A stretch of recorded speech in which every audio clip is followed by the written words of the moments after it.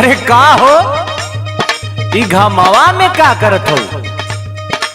रोज घरे में आईना देखत रहलू, आज देखती घामे में घूम घूम के आईना देखत हो। तोहे घामो ना लगत है का भइल का? अब का बताई तहरा से कि का भइल आ जान के तू करबा का? अरे भाई करे लायक रही तो करी आदमी ना, तू बतावा था। अरे इहे देखो तनी कि नैहर में कैसन रहे, हमार चेहरा कैसन रहे आ कैसन हो गईली आ कहाँ के फंस गईली। फंसालू? तारा के फंसा के ले आइल बनी हम, बियाह क के ले आइल बनी, बुझलू? हाँ जाना तनी बियाह क के लाइल बड़ो, यही से जारत तारो। सुनो एगो बात। हाँ सुनावा। हम तो नैहर रहत रही एसी में, हाँ एसी में, एने देह जरी जाता हमर खेती में।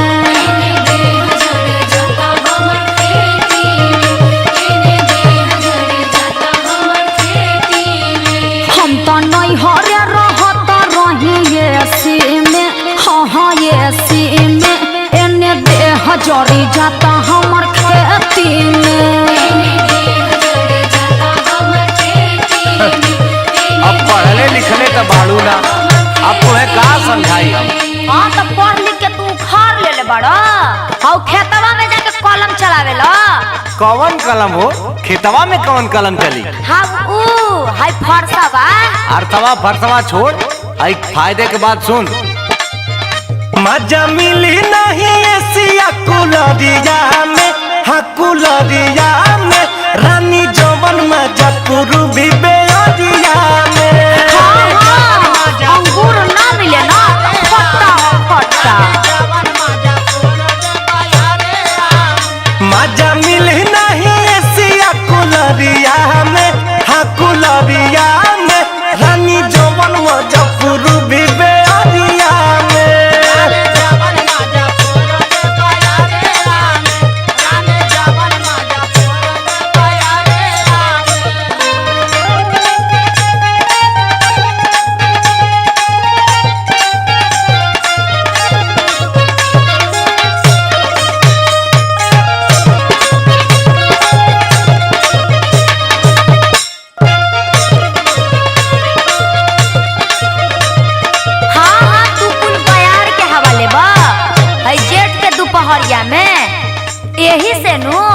यही से तारा घर में एसी कूलर फ्रिज पंखा छोड़ के खटिया चटाई पटरी सब बरले नु बा।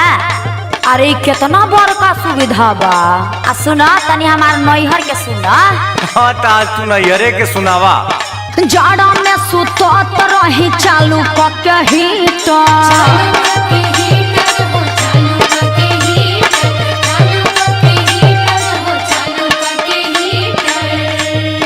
गरमी में ठंडा पियत रही 2-2 लीटर।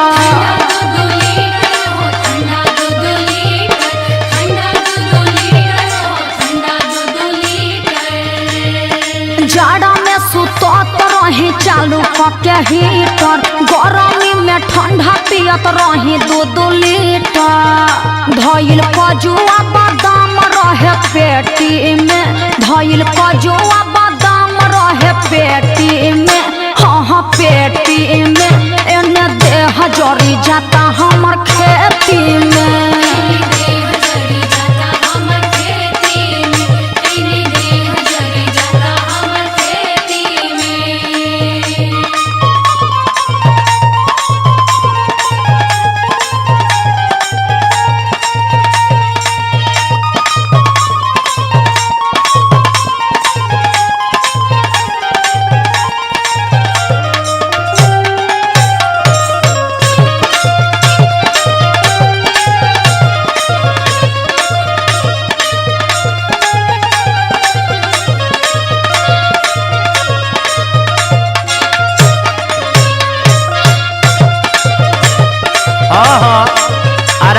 के ना निक लगेला। अब वही आराम करा, बाद में डॉक्टर अपन काम करी।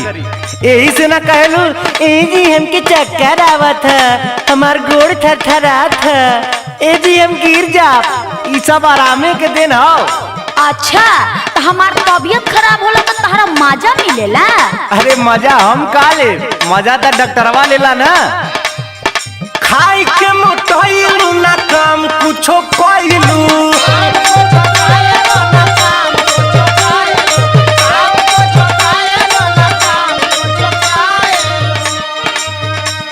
बुझाइल? एही से तबीयत के मरीज होई गइलू।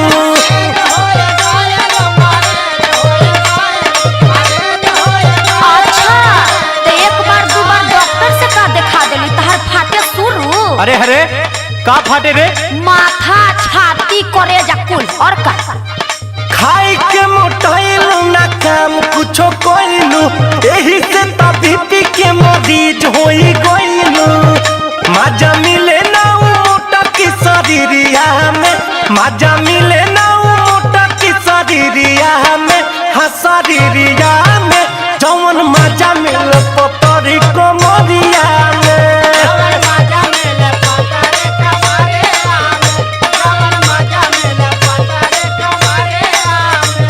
अच्छा तो तहरा पतरी कमरिया वाली चाहिए तो पतरकिए के ढूंढत रह अइहर राती में तब तहरा के बताई। ना ना तू अब मोटा का ले ले आई?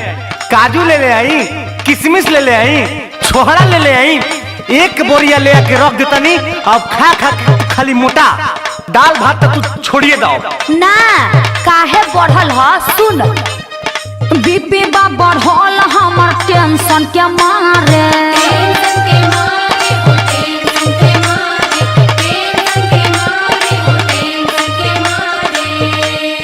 घर बर ऐसन मढ़ाइल बा कपारे। अच्छा कमाए वाला के टेंशन है ना, आ घरे बैठ के खाए वाला के टेंशन होता। तका सही न कहता, बीपी बा बढ़ल हमर टेंशन के मारे। घर बर ऐसन में ढाइल बा कपारे। रहे दुल्हरी तेस खाली सेखी में, रहे दुल्हरी तेस खाली सेखी में, हाँ सेखी में। एने देह जरी जाता हमर खेती में।